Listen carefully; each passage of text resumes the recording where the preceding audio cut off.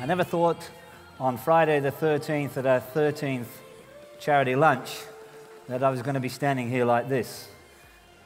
So I'm never going to go against the gods again. My eldest daughter rang me yesterday and she said to me, "Dad, are you all right? You're going to be all right to do the speech?" And I said, yeah, I'll be fine. She said, "Are you sure?" I said, yeah, I'll be fine. She said, "Look, I just don't want you up there embarrassing me, dribbling from the cheek." So, Louise, I brought a tissue just in case.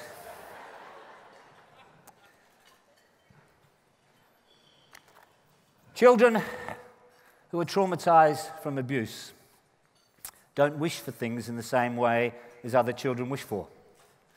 Their lives are so profoundly affected by the abuse that they've suffered at the hands of trusted adults that their wishes are more simplistic. I wish he wouldn't hurt me. I wish there was something to eat. I wish there was somewhere to stay. I wish someone would love me. I wish the pain would go away.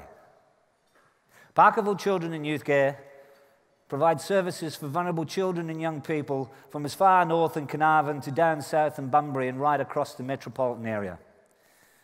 In the last year, we provided services to some 12,500 children and young people who've been affected by trauma from abuse. You've seen some of the stats. They're devastating. There are many more stats that are equally devastating. But traditionally, people don't remember stats. What I don't want you to forget today is the effect that child abuse has on children's brains and therefore their lives going forward. As regular attendees of this lunch would be aware, child abuse causes impairment of the development pathways of a child's brain, resulting in cognitive, emotional, social, and psychological delay, which, without intervention, will remain with that child for the rest of their lives. For many children, it does a lot more damage. It destroys their lives. Children who have been abused are generally misunderstood. Their cognitive delays are frequently misinterpreted in school as them being dull, very silly, and their educational outcomes can never ever be as good as a child who's not been abused. Their distrust of adults leaves them socially isolated, where people describe them as losers or silly or weird, making it difficult for them to form and maintain relationships. Their emotional delays and the resultant complex, challenging, and dysregulated behavior has the medical profession misdiagnosing them as ADHD or oppositional defiant behavior. And their genuine mental health issues are scantily thrown aside as attention-seeking, and the resultant drug and alcohol addictions and suicides are ever increasing.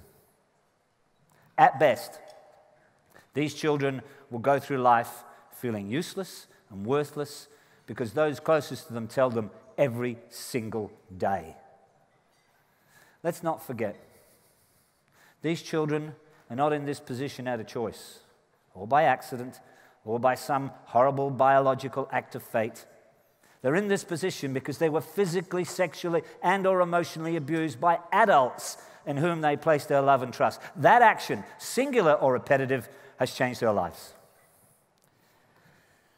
I am here today to defend a child's right to pursue happiness. It's a simple notation. Every child deserves to be happy. Certainly, we would all agree that every Australian child has the right to pursue happiness, and as Australian adults, it is incumbent upon us to bestow that right upon them. However, for the children that we see, their right has been stripped away. It is raped, it is abused, it is taken by force, fraud, or coercion. It is sold for the moment's happiness of another. Let me introduce you to Anna. She is 17 years of age and has been a victim of child sexual abuse and child pornography since the age of 10. Like many child sexual abuse cases, Anna's perpetrator was a family member, her stepdad, in whom she placed her love and trust. At the age of 10, Anna was told she was special She was loved. It began simply enough. A bit of a game, dress-ups, taking photos, watching movies. Not Disney movies, but R-rated movies, child pornography movies, whilst they cuddled on the couch. It was their special time. It was their bonding. It was their secret. As those cuddles became more intense, more intimate, finally, Anna was raped. It didn't matter that she said it hurt. It didn't matter she told him it was wrong. It didn't matter that she cried. He persisted, told her he loved her, took photographs and video evidence of their sexual act and put it on the internet and said it was her special album. After a while, Anna began to resist. She knew it was wrong, but she had a very soft affection for this stepdad who was so lovely. He was always there for her, reading her stories, giving her treats, giving her cuddles, taking her on outings, telling her he loved her. It's called grooming. Next came the shame, the fear that someone would see the images and the shame, the fear that her mother would see the images and the shame. And then there was the constant showers, the scrubbing to get off the perceived dirt, the self-harming, the sense of worthlessness, the deterioration in schoolwork, the isolation, the loss of school friends, the difficulty in sleeping, the nightmares when she did get to sleep, the endless weight loss, and the constant stalking by the adult. There were school meetings with the mother at the school, visits to the GP, the psychologist, the psychiatrist, medication that was prescribed but never taken. See, Anna never told. What are you thinking? That Anna would tell? What would people think if Anna told? In 2 years, Anna went from being a child with a very happy disposition, a lot of friends, doing well at school, particularly at music and sport, to a very complex, challenging, disorganized, depressed, sad young girl.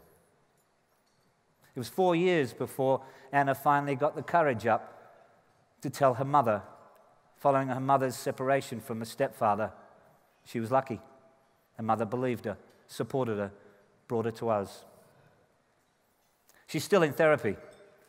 Her cognitive, emotional, and psychological delays are significant, but she will get there. She has a job, but her dreams as a 10-year-old of being a music teacher are a million miles away. She tells us that every day she lives in fear that someone will see those images and she'll be recognized and she'll be shamed. Her sexual abuse isn't finished. The sexual act is, but every time someone sees those images, she's re-abused. She blames herself, of course. She says that she's useless and worthless and not fit to be part of the human race. We regularly check her as a possible suicide. She tells us, at best, she thinks the pain will never go away. But we're a bit more optimistic. We can see that she's having some better days, and we are committed to stay with her through to a full recovery. We are committed to bringing happiness back into her life. There are a number of people who strive very hard to enable children to overcome trauma from abuse, to enable children to have their wishes come true, to bring happiness back into their lives. And they are the staff, the board members, and the volunteers of Parkerville Children and Youth Care. Their vision is of a world of peace and safety for children, a world where each child is cherished, and accidents occur and tears occur only when silly things have been done in the art of play. For our staff, their world is one of listening to stories of violence, listening to tears and fears in children's hearts.